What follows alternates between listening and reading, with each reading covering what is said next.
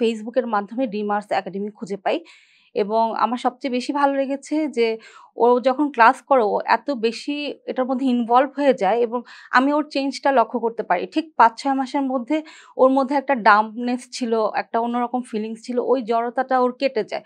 আসসালামু আলাইকুম। আমার মেয়ে জান্নাতুল মাওয়া আল মাহিবা ড্রিমার্স একাডেমিতে কোডিং শিখছে।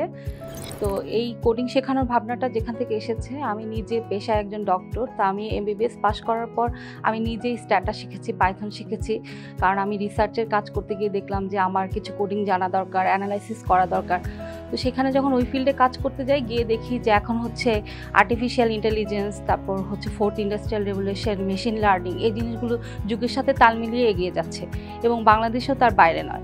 তো আমার মনে হলো যে আমি তো আমার মেয়েকে সময় দিতে পারি না, তো ওর স্কুলে তো এই ধরনের ডেভেলপমেন্ট নেই, আমি আমার মেয়ের জন্য কী করতে পারি। তারপর আমি ফেসবুকের মাধ্যমে ড্রিমার্স একাডেমি খুঁজে পাই এবং আমার সবচেয়ে বেশি ভালো লেগেছে যে ও যখন ক্লাস করে ও এত বেশি এটার মধ্যে ইনভলভ হয়ে যায় এবং আমি ওর চেঞ্জটা লক্ষ্য করতে পারি। ঠিক ৫-৬ মাসের মধ্যে ওর মধ্যে একটা ডাম্পনেস ছিল, একটা অন্যরকম ফিলিংস ছিল, ওই জড়তাটা ওর কেটে যায়।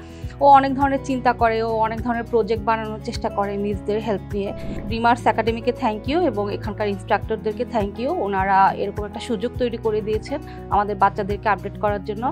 আমার মেয়ে আরও অনেক কিছু এখান থেকে শিখবে এবং ভবিষ্যতে সে যুগের সাথে তাল মিলিয়ে বিভিন্ন কম্পিটিশনে সাস্টেইন করতে পারবে এবং ড্রিমার্স একাডেমির জন্য শুভকামনা রইল।